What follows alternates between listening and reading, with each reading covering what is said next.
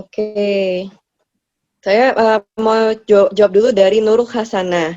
Dok, kan kalau flu parah juga bisa nggak mencium bau gitu? Gimana bedainnya antara flu berat dan pasti COVID ketika kita nggak bisa mencium bau? Ini pertanyaan yang bagus sekali, karena memang salah satu di guideline rhinosinusitis, yaitu saya mengambil dari European Paper atau EPOS 2020, guideline-nya memang dari dulu sih, memang anosmia atau gangguan penciuman itu salah satu dari gejala rhinosinusitis. Tapi bedanya tuh gimana? Kalau rhinosinusitis itu lebih gejalanya tuh konduksi ya. Jadi sebenarnya pasiennya masih bisa nyium nih kayak makanan gitu ya, atau minuman gitu, atau parfum gitu, tapi berkurang gitu. Dan biasanya nggak keluhan mendadak. Bedanya kalau anosmia nih, yang sering saya temuin di praktek klinis, biasanya dia dapat ada gejala demamnya dulu, atau kayaknya badannya ngilu-ngilu nih. Waktu hari Sabtu nih badan saya demam atau saya ngilu-ngilu. Terus habis itu beberapa hari kemudian, kayak sehari atau dua hari kemudian, nah itu kok saya jadi nggak bisa nyium, dan nggak bisa nyiumnya tuh total. Sampai alkohol aja nih, alkohol tuh kayak misal alkohol swab yang di rumah sakit ya, itu ditaruh depan hidung aja tuh nggak kecium sama sekali. Total sudden anosmia. Nah itu kalau udah kayak gitu kan pasti berasa banget ya, wah kok saya lotionnya jadi nggak kecium ya lotionnya, atau yang tadi pasien saya, pengharum mobil saya nih, saya beli nih, kok jelek nih atau nggak bisa kecium, sampai saya beli beberapa pengharum mobil nih nggak ada yang saya bisa cium. Nah itu keluhan mendadak. Nah ada juga tadinya awalnya suaminya kayak gitu, lama-lama sekarang istrinya kayak gitu. Nah mungkin kita juga tahu ya, ada satu kampung di Bali tiba-tiba nggak bisa nyium. Nah itu sebenarnya kita harus curiga itu anosmia COVID. Nah silakan datang ke tempat pelayanan terdekat buat langsung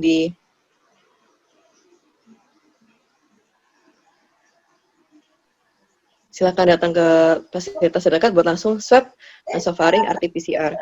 Oke, saya mau lanjut langsung pertanyaan berikutnya ya.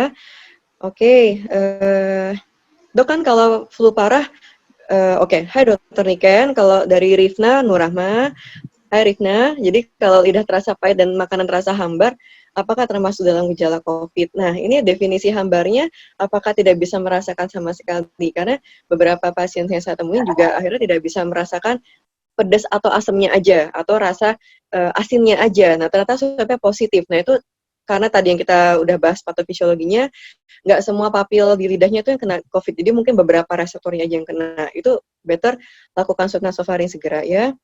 Lidah terasa pahit kita masih bisa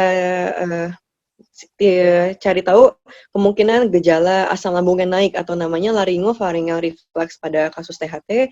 Itu juga bisa dilakukan pemeriksaan lebih lanjut dengan cara ditanyakan kuesioner lebih lanjut untuk asam lambung atau memang ke arah COVID. Itu ya. Terus ini masih kecium aroma jika diletakkan super dekat dengan hidung, apakah masih termasuk ciri COVID? Nah, ini dari Winda RC. Nah, dari COVID sendiri itu nggak cuma anosmia. Anosmia itu artinya total hilang. Dapat juga hiposmia atau penciumannya rasanya kayak kurang atau berkurang. Nah, itu kita harus curiga juga karena gangguan di bagian struktur penciumannya, di olfatoriusnya. Better ini juga gejala COVID, lakukan swab nasofaring. Oke. Sama ada pertanyaan dari Antoni dari Pekanbaru, Mbak.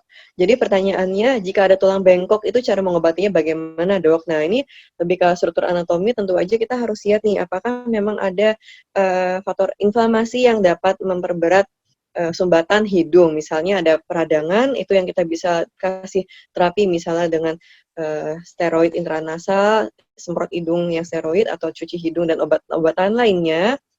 Tapi kalau memang misalnya ada gangguan anatomi yang tidak kira-kira harus diperbaiki, tentu saja kita dapat lakukan operasi lanjutan misalnya dengan cara septoplasti dan operasi hidung via endoskopi lainnya. Oke, terima kasih pertanyaannya. Lalu ada juga pertanyaan dari Edward. Edward ini katanya gejala yang cukup kentar dirasakan. Oke.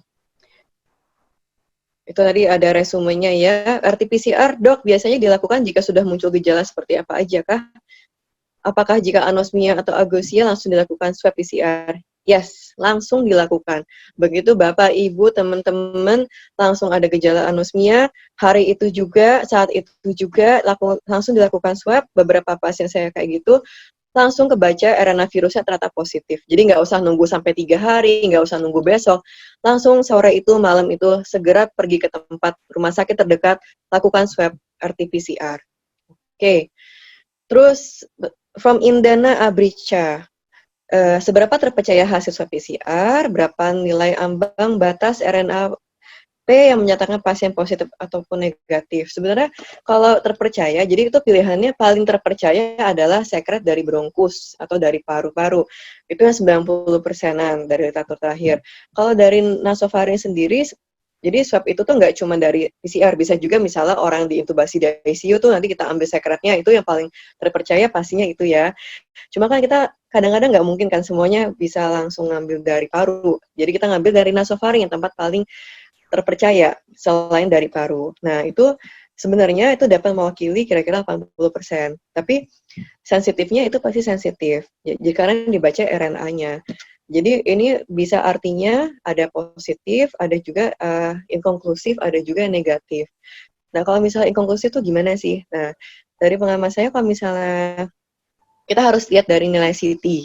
Nilai CT itu adalah cyclic threshold. Jadi ini sebenarnya harusnya lebih ke pembacaan lab ya, yaitu oleh spesialis patologi klinik atau dokter spesialis mikrobiologi, tapi saya mau jelasin dikit, itu kita bisa lihat dari scoringnya tuh, misalnya dia kurang dari 29 tuh positif kuat, jadi makin kecil nilai CT-nya tuh makin kuat gitu, positifnya gitu ya, jadi terdapat si RNA virusnya ini makin kuat gitu, makin banyak, terus ada rentang positif 30-37, ada positif lemah 38-40, terus ada juga kemungkinan yang inkonklusif atau memang harus diulang. Nah, itu kenapa sih? Itu biasanya kayak dari kita bisa ngomong ke viral load. Jadi, kalau kita ngomong grafik ya. Nah, kalau misalnya viral tuh awalnya dia virusnya segini, nanti lama-lama dia naik. Nah, pas dia lagi nanggung nih, mau naik atau mau turun, itu akhirnya kadang-kadang kebacanya jadinya nanggung atau inkonklusif. Nah, itu biasanya kita akan minta ulang pengambilan sampelnya, biasanya dikasih jarak 2 hari misalnya kayak gitu. Kalau misalnya dari pengambilan swab nasofaring. Jadi ada juga orang yang udah positif terus akhirnya dia negatif. Nah, itu antara dia benar-benar dia mau sembuh atau dia viral load-nya lagi turun tapi nanti dia bisa naik lagi. Jadi kita mau lihat nanti hasil dari ronsen parunya juga sama gejalanya. Biasanya nanti dari perhimpunan kita memang ada pedoman-pedoman lihat orang sembuh tuh kriterianya juga sudah ada kriteria yang terbaru ya. Oke. Terus oke, terima kasih Rifna untuk resume cuci hidungnya. Ini tetap ya, alat cuci hidung ini mohon Anda minta dari dokter-dokter di tempat rumah Anda terdekat, dari puskesmas, dari klinik bisa minta Anda resepkan. Bisa minimal dengan 10 cc ya, bukan 5 cc, biar lebih tekanannya juga lebih enak. Terus dari Laila Kistina, berapa kali sehari kita harus membersihkan hidung atau cuci hidung? Minimal kalau orang sehat tuh harusnya 2 kali sehari, karena kita udah terpapar dari polutan, virus yang di sekitar kita, jadi bangun tidur, sebelum tidur minimal cuci hidung. Itu juga dapat memberikan tidur yang lebih baik sebelum tidur ya. Terus, apakah alat deteksi yang bisa digunakan? Dari Nur Hamidah pertanyaannya, alat deteksi yang bisa digunakan, misalnya saat masuk ke area kantor, karena kantornya masih normal. Nah, seperti yang tadi saya sudah sebutkan, bahwa pasien COVID-19 ini banyak sekali orang tanpa gejala atau OTG. Bahkan orang yang anosmia atau augesia sendiri juga kita nggak tahu kan, dia pakai masker, dia sehat, bisa jalan biasa, bisa ngetik, bisa meeting biasa, tapi ternyata dia anosmia COVID. Nah, deteksinya gimana? Yaitu adalah kembali ke teman-teman masing-masing, kejujuran dari teman-teman bahwa kita sedang ada gejala COVID-19 dan dilanjutkan ke pemeriksaan swab nasofaring. Jadi banyak banget nih juga, saya juga membaca di portal-portal berita ada orang yang bapaknya akhirnya meninggal COVID, terus akhirnya keluarganya kena COVID. Akhirnya mungkin karena stres dan depresi, akhirnya jadi denial, terus sekeluarga ini nggak ada gejala, sampai anak-anaknya yang kecil pun positif COVID. Suaminya, iparnya, ibu ini juga ya, terus akhirnya dia jalan-jalan ke mall. Dia masuk di scan oleh satpam suhu normal, ya udah masuk aja di mall. Terus dia dengan sengaja melepas masker, megang-megang barang, megang-megang eskalator lift dengan tujuan sengaja, karena dia pengen semua orang COVID, karena bapaknya aja meninggal COVID, kenapa semua orang nggak dapat COVID? Nah, itu yang bahaya.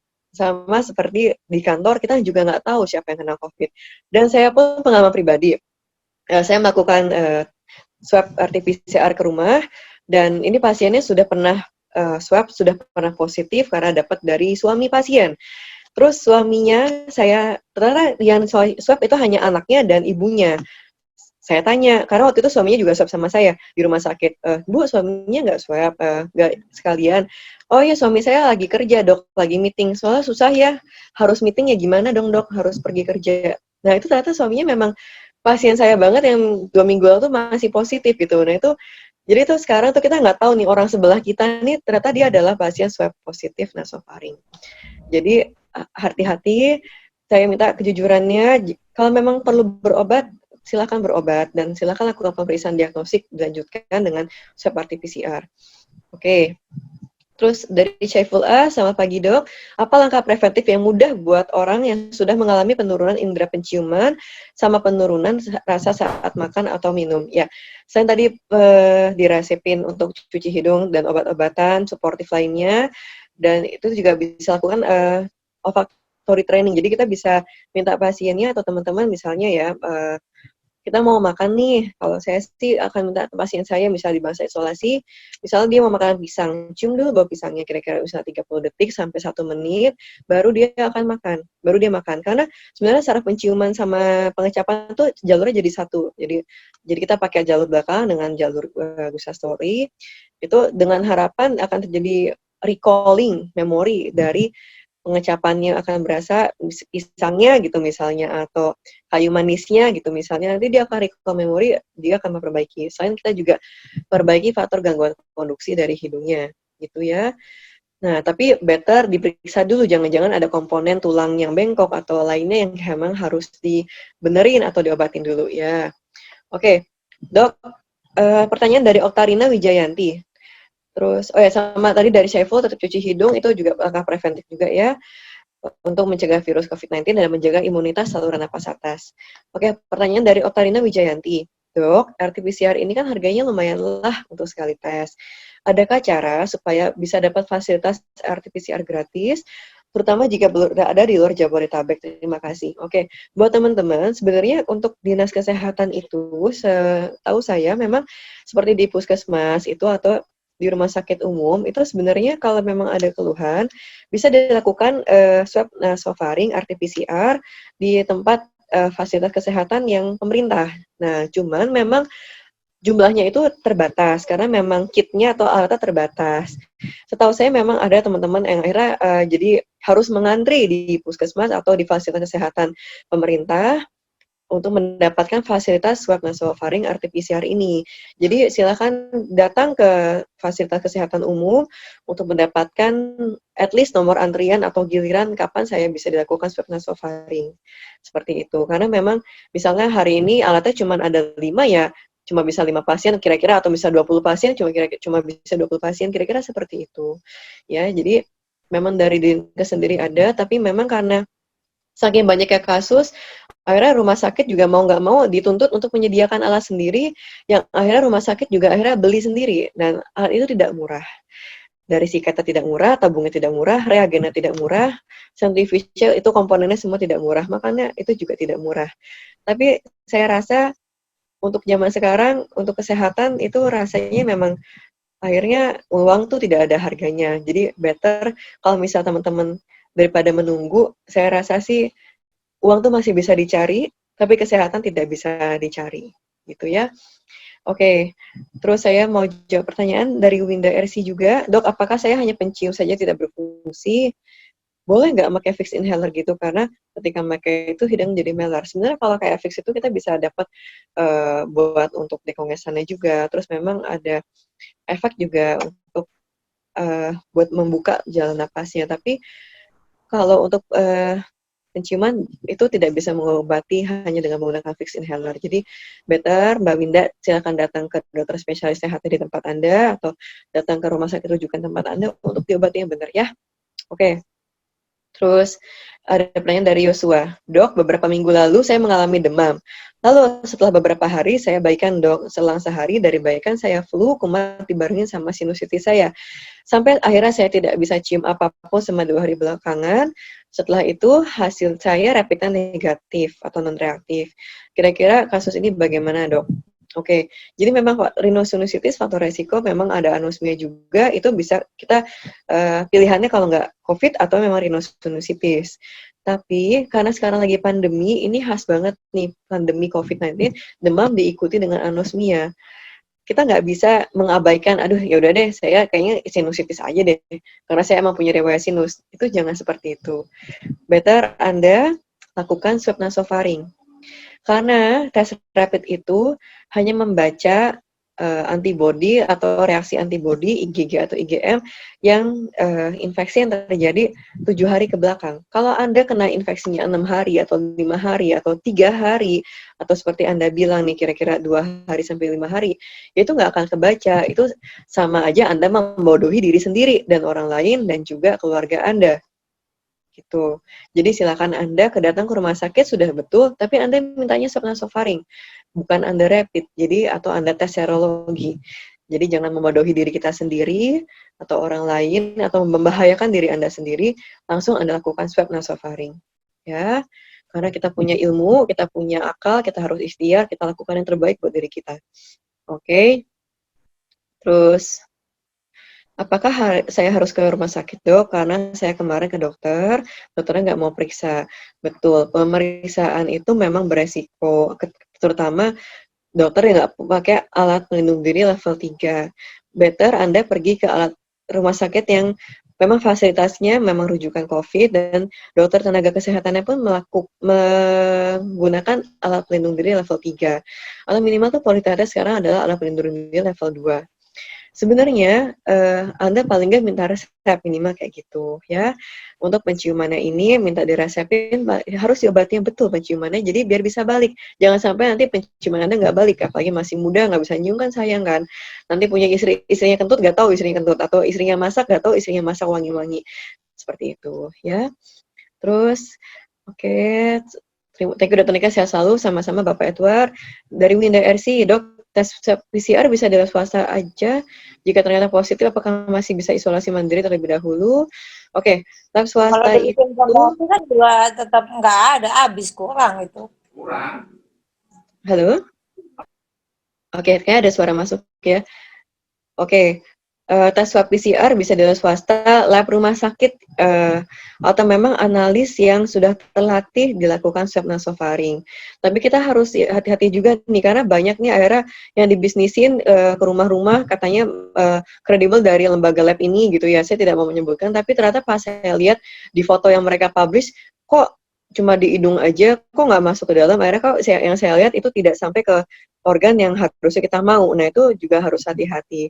Jadi, silakan Anda cari rumah sakit terdekat untuk dilakukan swab nasofaring. Ya. Kalau misalnya positif, apakah masih bisa isolasi mandiri terlebih dahulu? Sebenarnya kalau dari kriteria rumah sakit rujukan saya, itu kita akan memeriksa lebih lanjut untuk CT scan toraks, yaitu CT scan dada. Karena memang misalnya kan COVID ini juga nyerang paru, kita menemukan ada bercak paru, kita akan lebih anjurin buat rawat gitu. Jadi better Anda lakukan pemeriksaan lebih lanjut, misalnya ke IGD rumah sakit rujukan Anda, bisa diminta untuk pemeriksaan paru sama cek lab juga gitu ya. Jadi tindakannya seperti itu pemeriksaannya, jadi jangan setengah-setengah gitu. Terus ini ditanya juga, kalau tindakannya apa nih kalau isolasi mandiri? Ya isolasi mandiri seperti yang sudah teman-teman tahu, tidak boleh kontak dengan keluarga atau teman-teman sekitar, makan juga alatnya kita juga cuci sendiri, baju juga kita cuci sendiri, jangan sampai contagious atau menularkan ke orang. Terus bertiga di rumah sama anak suami, ibu misalnya, ibu tinggal di kamar, pisah sama anak sama suami nggak boleh tidur bareng, anak juga sama, nggak boleh makan bareng, jadi makanan diantar tuh ke depan pintu kamar ibu, nanti ibu baru ambil pakai baki, terus nanti ibu misalnya punya kamar mandi yang di dalam kamar itu lebih baik, kalau enggak, ibu bisa desinfektan tempat kamar mandi bekas ibu mandi, bisa itu ibu bisa beli di portal online shopping tuh sekarang banyak banget desinfektan, misalnya ibu habis cuci piring itu atau pegangan pintunya ibu desinfektan itu, atau memang misalnya suami yang nganter makanan pakai sarung tangan gitu misalnya ya gitu ya, atau ibu juga pakai sarung tangan dan selalu pakai masker juga gitu, nanti sampai ibu swabnya negatif itu baru ibu aman, baru kontak sama keluarga, karena memang banyak sekali kasus seperti ini yang akhirnya parunya aman dan akhirnya isolasi di rumah. Dan itu juga dipisah, nggak boleh ya makan bareng atau kontak dengan keluarga lain. Oke, dari Yosua, swab test tidak dilakukan karena pengecekan biaya cukup mahal. Coba bantu Yosua cari di klinik atau di puskesmas atau rumah sakit pemerintah yang memang dari dinas kesehatannya menyediakan swab nasofaring. Oke, alat deteksi penciuman nggak ada sensor kita bisa kayak gini karena itu namanya saraf penciumannya tuh langsung cabang dari otak, itu tuh nggak ada kayak ngukur suhu, itu nggak ada ya. Deteksi penciumannya ya kita gampang banget, Anda bisa ngetes sendiri penciuman Anda apakah masih bagus apa enggak, masih bisa mencium apa enggak. Oke. Dari Winda, kalau misal gejalanya cuma saya, apakah suami sama anak saya juga harus dites? Oke, definisi kalau misalnya harus dilakukan pemeriksaan, kalau pasiennya kontak erat. Kalau suami ibu tidur sama ibu, anak ibu tidur sama ibu, atau satu rumah, itu jelas-jelas kontak berat. Atau misalnya teman kantor ibu pakai masker di kantor. Tapi begitu ibu makan, ibu lepas masker. Tapi teman saya 2 meter dari saya kodok, tapi kita sama-sama makan bareng. Nah, itu namanya kontak erat juga. Maka suami ibu, anak ibu, teman kantor ibu, terus misalnya ibu di rumah atau di jalan pakai Grab gitu, ibu buka masker, pakai supir Grabnya juga harus di-swab juga, karena itu definisi kontak erat, sudah pasti dapat tertular virus COVID-19. Oke. Yang pasti ibu tunggu hasil swab ibu, kalau memang ibu positif baru nanti dilakukan tracing, dikejar siapa yang kontak erat sama ibu dalam 2 minggu terakhir. Oke. Dok, jika teman terpapar COVID dari Renaldi, sebelum dia didiagnosa COVID-19, kita ketemu nih sama ngobrol sama teman, apakah saya langsung rapid atau swab?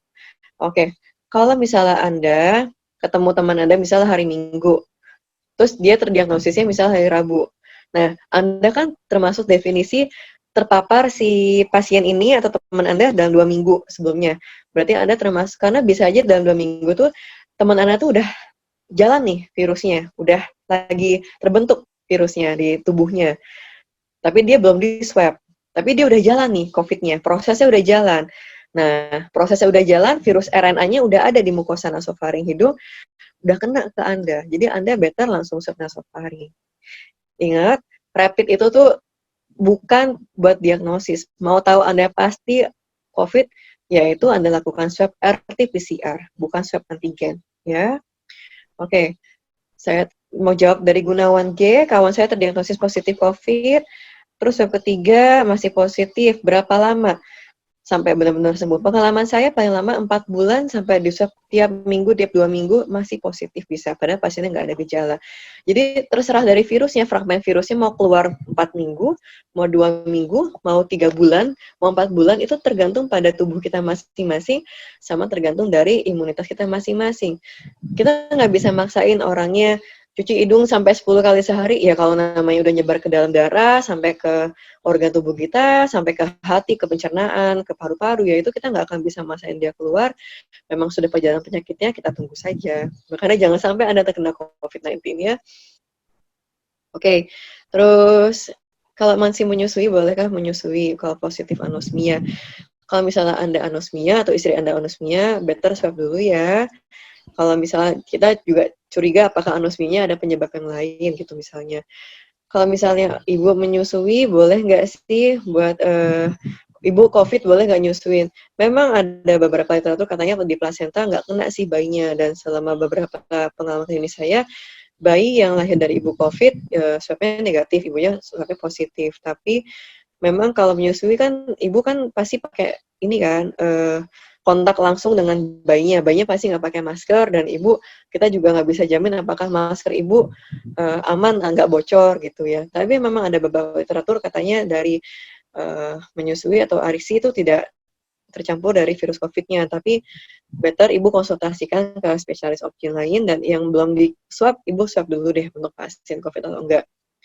Oke, dari Fani sama ya tadi keluhannya tetap ya harus swab nasofaring untuk pastikan Anda terpapar atau enggak. Jadi jangan gunakan hasil rapid sebagai acuan Anda, ya. Kayak misalnya Anda lagi pergi jalan-jalan, terus Anda cuma bilang dapat katanya orang kira-kira di sini, padahal harusnya kita bisa pakai peta atau Google Maps. Jadi jangan cuma dari hasil rapid. Rapid itu sama sekali tidak dianjurkan buat diagnosis. Oke. Gejala tidak bisa mencium langsung swab, tadi juga sama. Terus hilang penciuman, CT paru scan-nya selaput atau mungkin ada bercak kali maksudnya ya.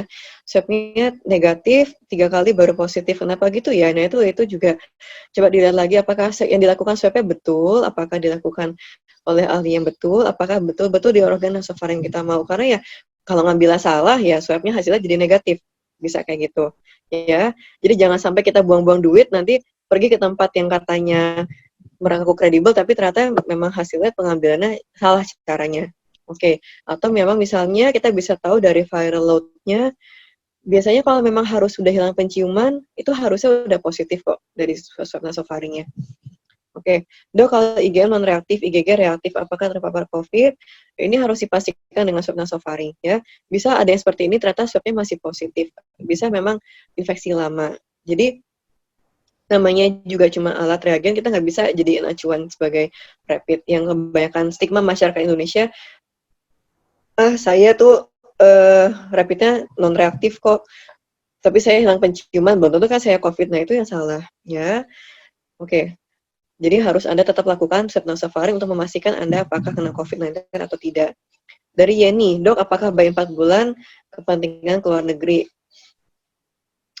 Anda bisa pilih maskapai yang semua penumpangnya dilakukan swab RT-PCR. Karena saya tahu bahwa beberapa pasien saya melakukan kepentingan swab RT-PCR begitu H-1 dia mau terbang. Itu ada penerbangan airline luar negeri yang memang mintanya H-2 atau H-1, itu ada aturannya, Anda bisa lihat di tiketnya, di websitenya. Kalau misalnya, tapi memang tidak bisa jadi aman. Jadi misalnya gini, satu pesawat nih, semuanya swabnya negatif. Tapi kan swabnya itu dilakukan H-2 atau H-1. Nah, misalnya Anda terbang hari ini, berarti kan Anda swabnya hari Kamis atau hari Jumat gitu misalnya, hasilnya udah keluar hari itu juga. Wah, aman nih swabnya negatif semua.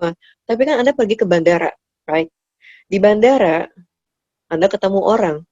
Orang-orang yang Anda ketemu di bandara, Anda nggak tahu itu apakah orangnya ada COVID-19 atau adakah orang tanpa gejala. Atau misalnya orang-orang yang satu pesawat sama Anda, dia memang H-2, hari Kamis swabnya negatif. Tapi rupanya semalam, dia habis farewell party lah sama temennya, atau dia habis rapat sama orang. Nah, dia terpapar COVID. Tapi saat penumpang airline-nya terbang, nggak ada gejala, Anda nggak pernah tahu. Gitu. Jadi memang, saran saya sih, saya akan lebih senang kalau penerbangan di-ban ya sebenarnya ya, buat mengurangi juga transmisi dari lokal juga. Oke, kalau kenapa rapid kurang, kenapa banyak pihak minta tes rapid? Sebenarnya gak ada yang minta sih. Kalau dari dokter kita akan tetap minta swab, ya. Ini pihak-pihak kemana? Pihak-pihak yang jualan, pihak-pihak jualan alat, atau pihak-pihak yang mencari untung, ya. Atau pihak-pihak yang pengen murah aja dicarinya. Nah, seperti kantor-kantor yang pengennya murah aja deh, yang penting ada lakukan screening. Tapi itu sebenarnya gak akurat. Oke, ada dari Nabila Irianti, dok.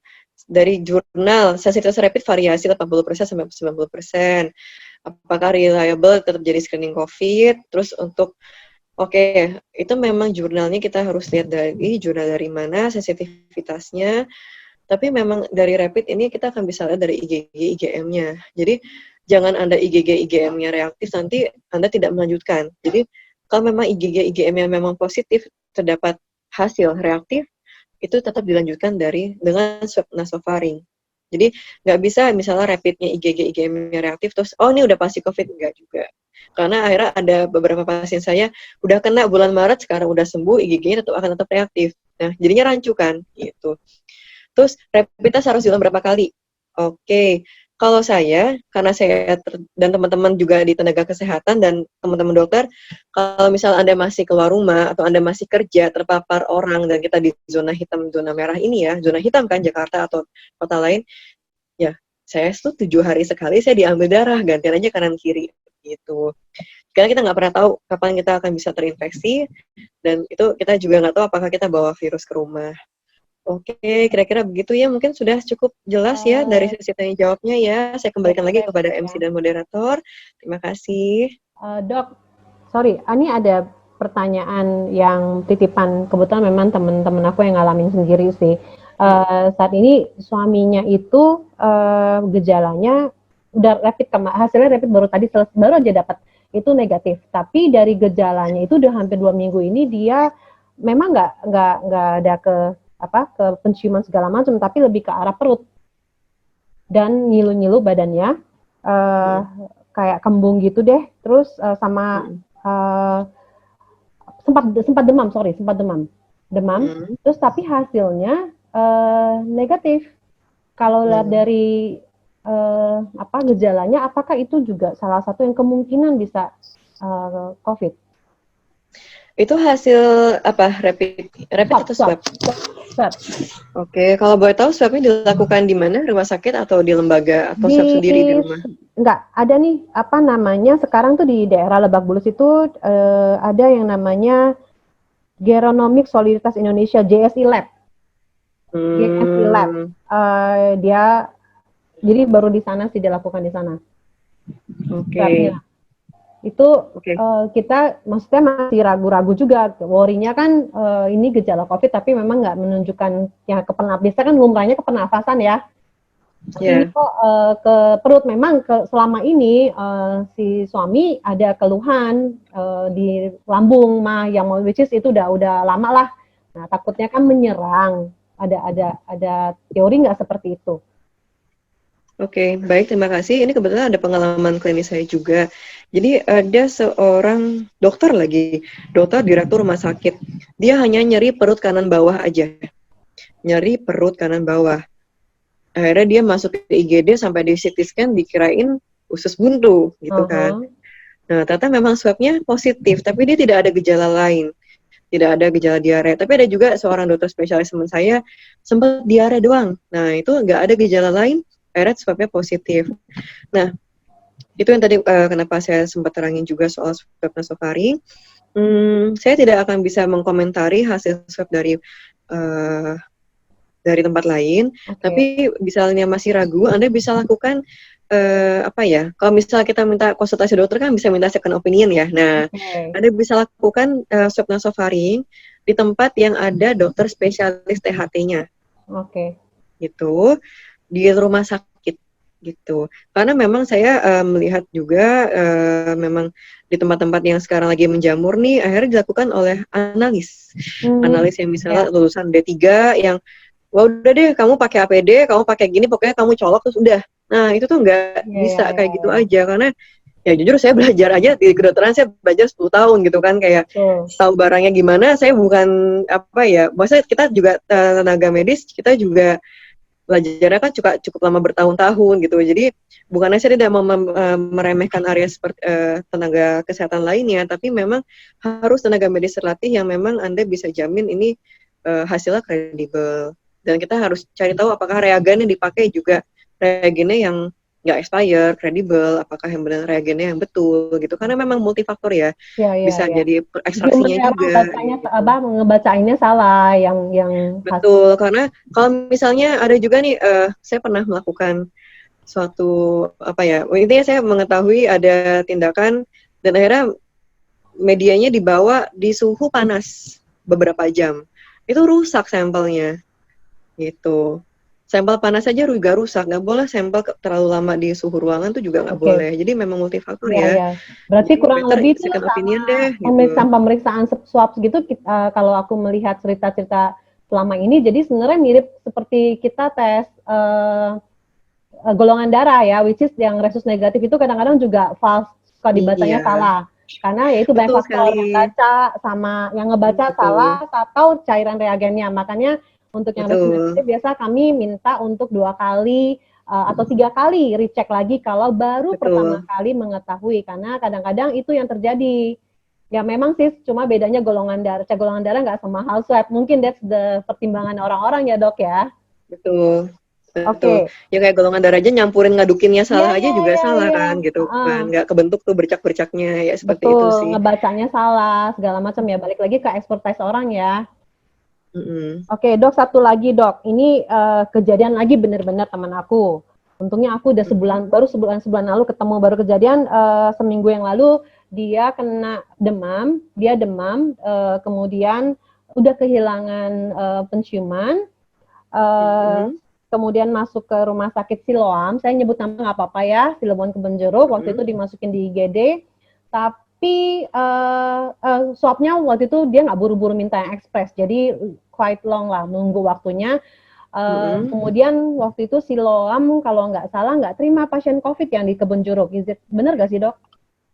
Oh ya, betul sekali. Jadi Oh, memang kan kita juga sebenarnya mungkin nggak cuma Siloam ya, karena memang kan ada tempatnya rumah sakit rujukan, ya. oke. Mungkin kalau tadi moderator sudah memperkenalkan, saya memang ada di Siloam Kelapa II. Ha-ha. Ya, Siloam Hospital Kelapa II itu adanya di Gading Serpong di Tangerang.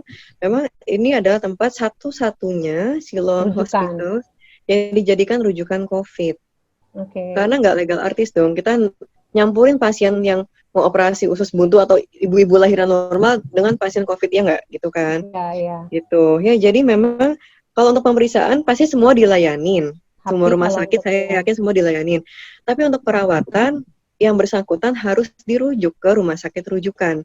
Apakah itu di Wisma Atlet, apakah itu misalnya di rumah sakit rujukan lainnya yang benar-benar memang rujukan bisa bukan hanya mau tapi capable ya, dalam ya. arti rumah sakitnya punya APD, punya isolasi, punya ruang tekanan negatif. Itu kan berat ya, nggak semua rumah sakit bisa provide itu. Nah, Iya. kebetulan memang di tempat saya di Siloam Kelapa II, saya menggunakan APD level 3. Operasi level 3, semua level 3. Cleaning service-nya aja level 3, karena kita juga nggak mau ngebahayain staf-staf rumah sakit juga kan. Jadi memang harus positif dulu, misalnya kayak di tempat saya, atau misalnya ada pasien tadi kan dia di Kebon Jeruk ya, dimasuk IGD dulu, nanti tunggu hasil swab dulu. Bila memang hasil swabnya sudah positif, terus kan nanti akan diperiksa tuh. Kalau di tempat kami kita komprehensif ya, langsung cek lab gitu ya, langsung di CT scan toraks, kita mau lihat ada kelainan paru atau enggak, sekalian cek yang lainnya. Memang misalnya ada temuannya, kita akan positif swab, kita akan langsung rujuk ke rumah sakit rujukan. Karena ini soal jaminan juga, soal payment. Kan kita tahu rumah sakit itu pemerintah tuh juga nge-cover COVID. The good news ya, ini buat teman-teman yang udah mungkin kena ya, jangan takut dirawat karena apalagi misalnya takut biaya, karena pemerintah tuh cover, BPJS itu cover. Jadi dengan sistemnya namanya KLBC government. Tapi syaratnya satu, swabnya harus positif. Makanya kalau udah jelas-jelas anosmia gini-gini, tapi hasil swabnya belum ada, itu akan disuruh tunggu.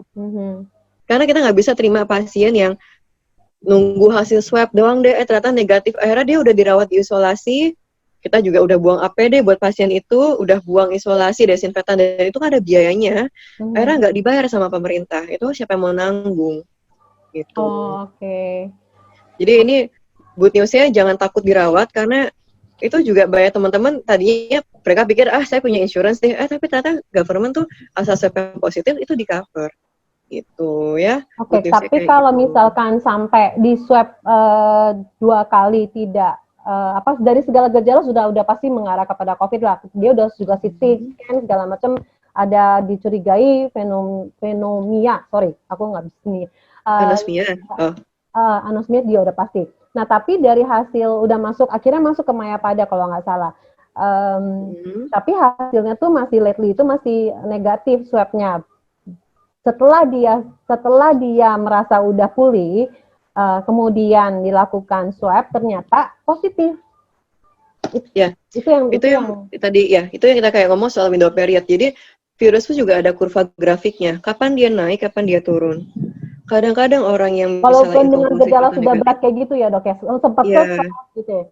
Karena, nah itu dia misalnya kembali lagi ke selain pengambilan, ada juga pasien saya yang udah nggak ada gejalanya, dia turun kurvanya, dan akhirnya swabnya jadinya kebacanya inkonklusif atau bahkan ada yang negatif.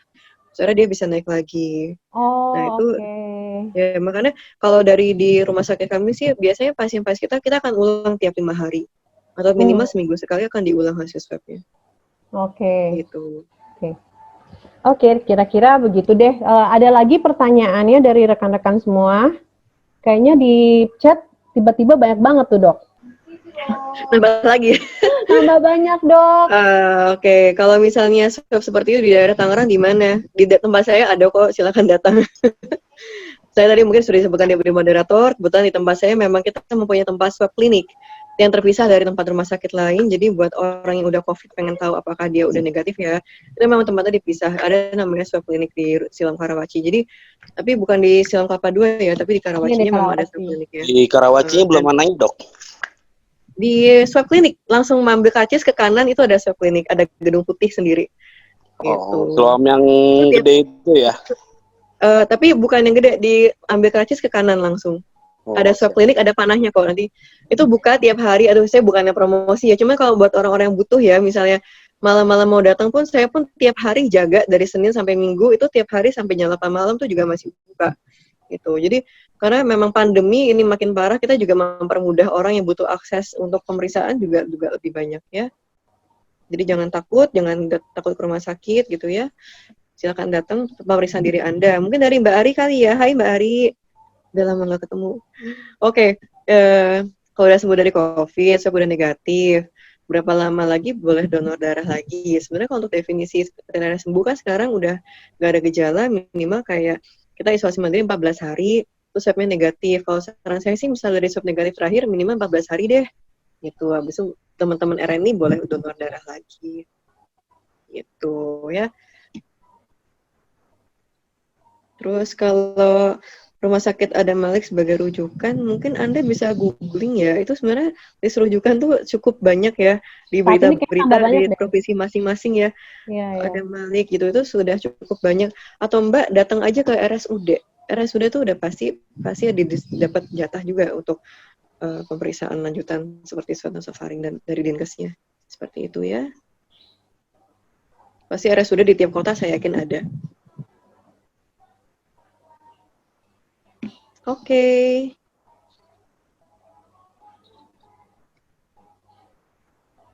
Halo, udah kira-kira satu pertanyaan lagi kali ya, atau 2 pertanyaan udah gitu kita tutup ya. Boleh, Mbak.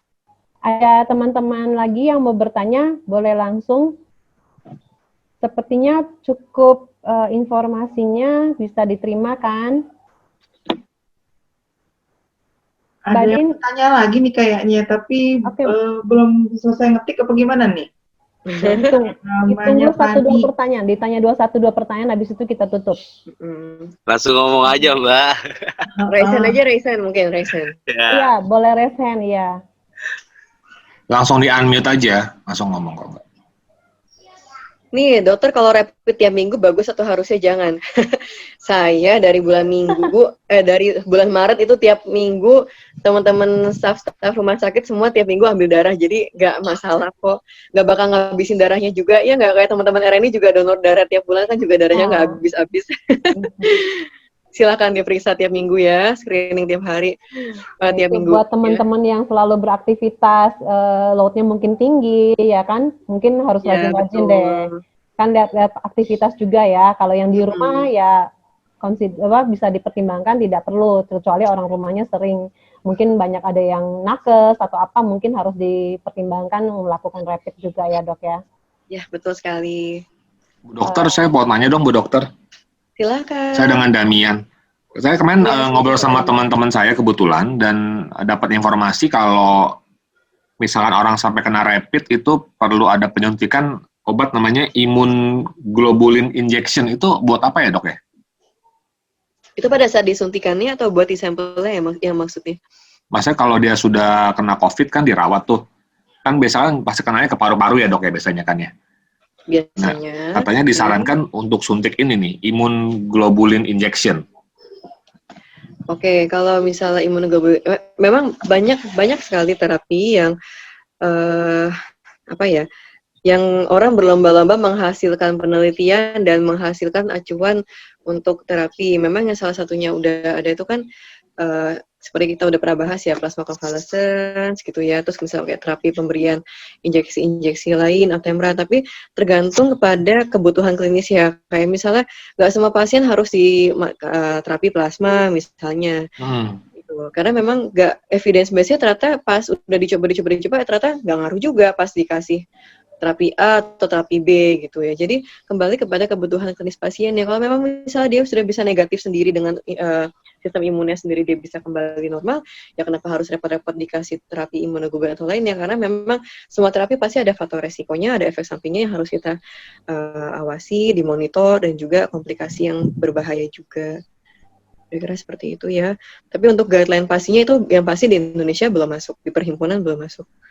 Untuk harus diberikan itu gitu misalnya, itu belum masuk di guideline. Oh, oke. Karena memang pertimbangan evidence base-nya juga kurang, terus karena memang pertimbangannya saya mungkin mahal biaya dan lain-lain, dan itu juga efektivitasnya juga mungkin kita harus lihat lagi ya gitu ya. Mungkin Ya memang ini masih rekomendasi dari salah seorang dokter aja sih. Berarti belum bisa dijadikan acuan juga jadi, ya kalau gitu ya. Jadi memang ada terapi kayak misalnya kan kayak antibiotik, saya nggak berani sebut ya, memang ada obat-obat yang aman atau memang ada masuk di guideline kayak ada obat-obat yang pasti akan diresepin sih, kayak misalnya terapi A, B, C, D, terus memang ada kayak interferon, terus ya, itu memang ada tocilizumab, itu memang, tapi nggak semua bisa diberikan, tergantung nanti indikasi, kita harus lihat klinis lagi pasiennya, terus CT scan-nya gimana, terus harus lihat hasil darah pasiennya juga gimana, kondisi klinisnya gimana, kan nggak bisa disamain semua orang gitu. Kembali case by case, jadi saya nggak bisa ngomong di sini semua orang harus dikasih A gitu, karena ya nggak semua cocok dengan ini, akhirnya orangnya muntah-muntah ya nggak bisa juga dikasih itu misalnya. Jadi tetap makanya kalau COVID kita akan lihat case by case, jadi silakan teman-teman berobat di visit atau dikonsulkan ke spesialisnya, biar dokter parunya minimal, kalau misalnya nggak ada dokter paru di daerah Anda, minimal dokter penyakit dalam untuk bisa melihat, atau nggak ada dokter penyakit dalam, minimal dokter umum yang bisa melihat kondisi Anda secara langsung. Dan kembali ke fasilitas rumah sakit, karena memang beberapa terapi itu nggak tersedia juga, yang terlalu canggih, terlalu spesifik itu juga akhirnya nggak tersedia di rumah sakit juga di Indonesia. Karena rumah sakit juga nggak mau, kadang-kadang nggak mau storage kayak plasma, nggak semua orang punya labnya nggak punya storage buat nyimpen plasma gitu misalnya seperti itu ya. Ya, kalau plasma kayaknya di RSPAD deh. Plasma ya, tapi kadang-kadang kita juga di Siloam juga kita pakai plasma kok. Iya, bisa. Tergantung rumah sakit case by case juga ya. Sekarang kan PMI juga sedang mengumpulkan para mantan yang sakit pasien COVID yang sudah sembuh untuk melakukan donor plasmanya. Tapi ini juga perlu kalau dari update yang saya terima belakangan ini adalah ternyata memang terapi plasma itu juga bukan kita walaupun masih OTG kemudian melakukan melakukan donor plasma sebenarnya kurang efektif karena beberapa rumah sakit konon katanya juga menolak plasma darah dari bekas OTG karena ternyata tidak efektif. Betul ya. Jadi jangan sampai Anda COVID terus Anda merasa wah saya nyumbangin plasma saya deh, padahal Anda swabnya belum negatif. Nah itu juga. Ya hati-hati, jangan sampai Anda mendonorkan virus COVID yang sedang aktif ke pasien gitu ya. Kalau orang lain itu yang harus dipastikan Anda harus negatif, minimal juga Anda dalam rentang 2 minggu Anda dapat mendonorkan darah lagi gitu ya. Tapi juga plasma juga harus dilihat juga titernya, karena ada juga titernya yang ternyata kurang, akhirnya juga nggak efektif juga. Nah, makanya kan anak kalau wanita kan sangat susah untuk mendonorkan plasmanya kan, karena kan kita sudah terbentuk antibodi dari melahirkan. Jadi banyak selalu dipertimbangkan sih kalau perempuan yang melakukan donor plasma. Betul sekali. Ya, memang ada pertimbangan case by case, tetap harus dilihat dari klinisnya juga ya. Kayak kondisi diperberat, ya nggak semua orang yang nggak ada OTG apakah di terapi plasma kan enggak. Kayak misalnya pasien COVID cuma anosmia, yang akan kita fokus terapi anosmianya aja, biasanya nggak akan diterapi sampai harus kasih plasma atau mungkin antibiotik yang tidak perlu gitu ya. Oke, Mbak Din, silakan mungkin untuk dilanjuti, Mbak Din. Mbak Din. Oke. Ya. Kayaknya masih ada yang nanya ya. Ini Dok, mohon info apakah benar sudah ada pemesanan dari pihak Bio Farma untuk alat tes COVID-19 dengan metode AI yang lebih tepat hasilnya dan lebih murah biayanya? Kalau saya nggak bisa ngomong karena itu kayak menyebutkan institusi ya, mohon maaf. Oke, tapi yang saya bisa ngomong kalau tes diagnosis tentu saja saya akan menyampaikan yang paling baik itu sih, yang tadi kita sudah bahas ya. Dan kalau bagaimana saya tidak bisa menyebutkan. Oke, dan bagaimana dengan vaksin COVID yang infonya akan segera beredar? Apakah aman, Dok? Nah, bagaimana tanggapan dokter? Nah, nanya nih. Tanggapan aja ya, kalau misalnya pribadi, kalau misalnya begitu udah ada vaksin yang sudah ready dan dalam arti sudah dipasarkan dalam legal arti sudah bukan black market gitu ya, bukan black market atau barang bodong gitu, tentu saja I'll be the first who will try gitu. Jadi kita juga tahu bahwa institusi BUMN di Indonesia, saya nggak mau sebut, di Indonesia yang eligible, yang membuat vaksin di salah satu kota di Jawa Barat kan memang sedang uji klinis fase yang ketiga. Jadi diperkirakan fase 3-nya akan selesai akhir tahun ini. Fase 1-nya sudah juga. Saya akan menunggu dari institusi tersebut sampai memang uji klinisnya selesai. Jadi kita jangan terburu-buru seperti negara lain yang kita tahu di Eropa Timur ada negara yang sangat terburu-buru, ya aku sebut aja di Rusia, baru fase klinis 1 kali langsung dipasarin, terus kayak ternyata komplikasi, ternyata akhirnya di stop, ditarik dari peredaran. Itu kita jangan terburu-buru. Kalau saya percaya dengan apa yang dibuat oleh teman-teman juga di teman-teman di Indonesia, dan saya akan menunggu sampai itu akan diedarkan, dan mudah-mudahan akan langsung diberikan kepada tenaga kesehatan yang perlu ya. Tapi memang saya bukan golongan anti vaksin, tapi memang kita harus, saya pasti akan nunggu vaksin buat keluarga saya juga dan lain-lain kalau memang sudah diedarkan. Nah, kalau misalnya vaksin sendiri, kita seperti umumnya vaksin misalnya cacar air. Jadi nanti habis kena vaksin, habis udah divaksin, udah imun dong, udah kebal dong nggak kena COVID, ya kan nggak gitu juga.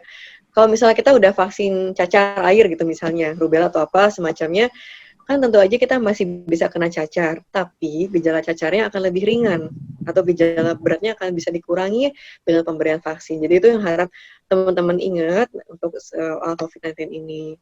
Jadi nanti habis sudah vaksin udah nggak usah pakai masker. Ya kalau saya akan tetap pakai masker. Karena namanya kita masih di zona hitam, zona merah, saya nggak mau udah vaksin nanti tetap kena, terus sia-sia kan. Biarpun ada gejala, meskipun gejala nggak berat, tapi tetap akan bisa kena. Nah, itu tuh edukasi yang sangat perlu, Dok. Jangan mentang-mentang ada vaksin, terus kita udah kayak yang lepas protokol yang saat ini sedang kita coba mendisiplinkan diri setiap hari untuk cuci tangan, pakai masker, jaga jarak. Karena vaksin ini kan juga baru ya. Mungkin ini himbauan sih buat teman-teman, kita jangan terpaku pada satu, wah asik nih udah ada vaksin, kemudian kita udah deh mengabaikan segala protokol tersebut. Itu yang sebenarnya kami worry, dan mungkin salah satu bentuk kepedulian Rhesus Negatif Indonesia yaitu kami selalu ingin anggota-anggota kami juga menjadi duta untuk mengingatkan sesama keluarga terdekat maupun rekan-rekan terdekat kerabatnya untuk tetap melakukan protokol kesehatan yang selama ini sudah berlaku. Kayaknya masing-masing dari diri kita harus mengingatkan diri kita dan kemudian mendisiplinkan diri kita. Kira-kira begitu kali ya, Dok ya. Ya, pesannya selain dari tadi saya pesan cuci hidung, cuci tangan, gunakan masker dengan benar. Jadi Dok, sorry. Aku ada pesan, bukan pesan sponsor. Tadi cuci hidung saya mau tanya. Oh iya, gimana? Apakah harus apakah cukup dengan NaCl atau dengan salah satu produk yang sekarang lagi lumayan nge-booming, depannya B? Apakah harus dengan itu? Nah, aku mau clear it gitu. Sorry nih, Dok. Kalau saya sih sebagai praktisi kesehatan, saya akan rekomendasikan cairan normal salin yang isinya NaCl 0,9%. Jadi mau seperti apa botolnya, mau seperti apa mereka, tentu saja targetnya adalah rongga nasofaring yang harus kita cuci gitu. Ya. Berarti jadi kalau cuma disemprot doang di ujung, ya itu cuma bersihin upil doang, ke aku sih. Oke. Jadi tidak harus satu merek tersebut, tapi sebenarnya cukup dengan yang ini aja. Ya, intinya seperti itu. Iya. Ada sih Mbak dijual di pasaran yang bentuk bubuknya juga gitu ya, itu juga bisa dilarutkan dengan air minum gitu, itu bisa. Oh ya, mungkin sama satu pesan yang paling sering, bisa nggak diganti air garam rumah, dicampur aja pakai air matang. Nah, kayak bikin oralit gitu ya. Kalau saya sih, saya nggak bisa jamin untuk kandungan isotonisnya yang kita mau tuh sama nggak. Kan kita akan ngambil 1 garam, 1 sendok teh atau 1 sendok makan garam, apakah sama dengan takaran air yang kita mau. Jadi saya juga nggak bisa jamin kesterilan airnya apakah betul-betul steril air rumahnya. Jadi better yang cari yang steril aja, biar mukosa hidungnya juga nggak terinfeksi sama kuman atau bakteri yang lain. Oke. Mungkin Mbak Din bisa tutup mungkin dengan apa? Mbak Din? Kita cukup kali ya pertanyaannya ya? Boleh. Iya nih, sudah cukup banyak yang cukup banyak yang sudah dijelaskan oleh dokter, dari mulai tentang anosmia sampai yang sudah melebar ke vaksin ya. Bahasannya sudah jauh. Nah, oke. Terima kasih untuk Dr. Niken atas penjelasannya, dan uh, diharapkan kita juga lebih awas ya dengan penjelasan dari dokter ini bahwa oh ya kita mesti perhatiin benar bahkan even single gejala gitu ya, even little single gejala itu mesti kita perhatiin banget gitu.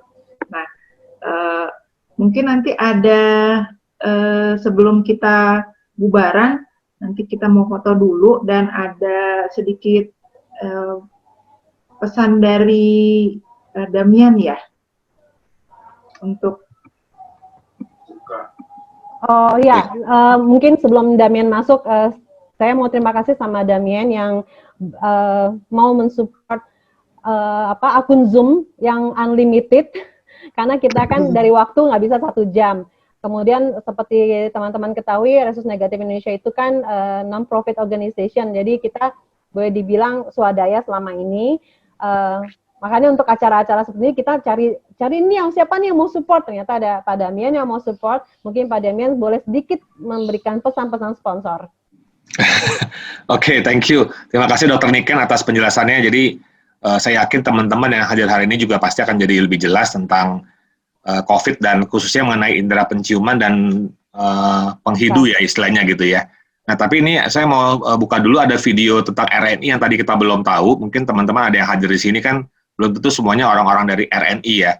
Jadi saya akan setel video RNI dulu, jadi biar bisa lihat juga.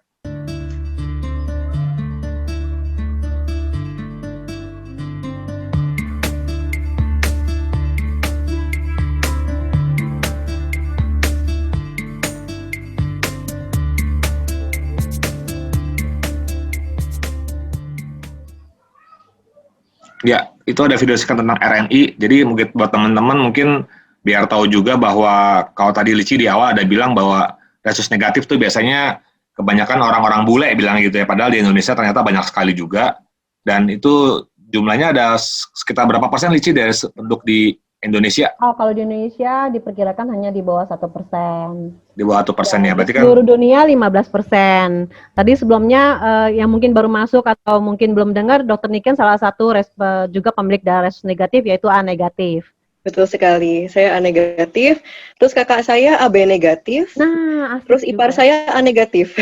Wah, enak itu yang satu keluarga. Iya. Ada teman-temannya, kalau aku kan Ada masih teman-temannya. Tapi saya bersyukur sekali dengan komunitas resus negatif Indonesia ini karena memang kenalnya itu kan waktu itu dari Facebook ya. Iya. Terus karena sempat stres juga kan waktu itu saya masih mahasiswa kedokteran, masih SMA waktu itu SMA belum jadi mahasiswa kedokteran, terus kayak stres banget ini saya gimana nih harus kayak gini, terus kayak worried banget gitu Nah, ya. Terus itu kayak baru dokter aja begitu ya punya perasaan seperti itu ya. Ya kan bagaimana orang lain ya, Dok ya? betul sekali, makanya dengan adanya komunitas ini kita merasa punya saudara sekandung sedarah ya. Amin. Biarpun Sabah sampai Merauke dan tertolong sekali, terus apa ya sangat terbantu sekali dan tersentuh sekali karena waktu itu saya mau melahirkan kan, terus kayaknya waduh saya ngomongin ke Mbak Ari, ngomongin ke Mbak Natali, ke siapa yang di Tangerang tuh pokoknya saya ancang-ancang dia mau melahirkan takut kenapa-napa gitu, parno banget. Standby, iya. Alhamdulillah rupanya ya aman gitu. Jadi ya alhamdulillah dengan komunitas ini ya kita saling membantu. Iya, dan yang saling penting support kita inginnya tuh benar-benar silaturahmi sih, Dok, bukan hanya sekedar gue butuh darah baru nyari RNI, tapi lebih ke silaturahmi bahwa kita nih ada saudara-saudara di luar, mungkin di dalam rumah, mungkin sendiri, banyak kan kasusnya kita ini yang malah di rumah itu di keluarga hanya sendiri yang resus negatif, tapi ternyata di luar sana kita banyak saudara-saudara. Tuh, kira-kira itu aja sih pesan dari RNI. Mungkin saya tutup diskusi kita hari ini. Terima kasih banyak Dr. Niken sudah repot-repot banget ya Dr. Niken ya, karena dengan kesibukan Dr. Niken belakang ini saya sempat beberapa kali chat juga sempat merasa terabaikan karena lama banget dijawab. Waktu itu saya sempat sinus juga, hidung saya agak bengkok sih, Dok. Jadi sampai kemarin tuh telinga saya sakit, itu sampai saya ketakutan jangan kena COVID. Oke. Maaf Mbak Lici karena pakai APD Mbak Lici. Iya. Jadi agak-agak sulit ya. Iya, nggak apa-apa. Tapi waktu itu kadang-kadang udah aja nanti chatnya ketimpa yang lain gitu. Aduh. Ya, Tapi waktu itu info semprot hidung itu sangat membantu karena saya sempat ternyata kambuh, saya punya sinus walaupun sempat mampet 2 hari, kemudian ya memang hilang. Kemudian hilang karena sampai telinga saya sakit banget. Ternyata Balisnya main-main aja ke Gading Serpong, ke Momencel, nanti diperiksa langsung. oh iya, Aku boleh. Aku juga dong. Di endoscopy. Kamu jauh di Pekanbaru. Aku sinus juga. Jadi cuci hidung itu perlu ya. Jadi teman-teman mungkin hal-hal yang bisa mencegah, bukan mencegah sebenarnya dok ya, mereduce ya, mengurangi paparan-paparan virus COVID. Mungkin salah satunya itu mencuci hidung. Mungkin kita bisa menjadi biasakan dengan keseharian kita saat ini selain cuci tangan, selain jaga jarak, pakai masker. Terima kasih sekali lagi buat Dr. Niken, juga semua peserta yang sudah meluangkan waktunya di hari Sabtu pagi ini. Semoga apa yang kami sajikan selalu bermanfaat, karena salah satu bentuk kepedulian kami terhadap kondisi COVID saat ini, tentunya kami ingin berbagi juga dengan memberikan informasi-informasi yang akurat dari narasumber yang memang sudah expert. Bukan hoax segala macam, bukan katanya atau kemudian kita terlalu, karena zaman sosial media saat ini sangat sangat memberikan influence kepada teman-teman sekalian. Kita bijaklah untuk melihat segala informasi yang ada, yang disajikan di IG maupun di mana.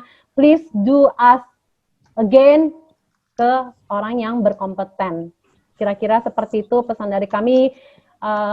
Kasus Negatif Indonesia mengucapkan terima kasih sekali lagi untuk semua yang sudah berkontribusi hari ini, Damien, Dr. Niken, dan teman-teman yang sudah meluangkan waktunya. Akhir kata kami bukan berharap, dan saya nggak mau pakai semoga lagi, tapi kita harus sehat, dan harus sehat. Jadi jangan pakai semoga lagi karena merasa PHP, karena aku sekarang nggak mau lagi. Aku bilang kita harus sehat. Dan semuanya harus stay waspada dengan kondisi saat ini, apapun yang ada di lingkungan kita berhaklah untuk memprotek diri kita dan juga orang sekitar kita. Kira-kira gitu, terima kasih semua. Salam sehat semua. Kita ada foto bareng kan, Mbak Lici? Boleh foto bareng.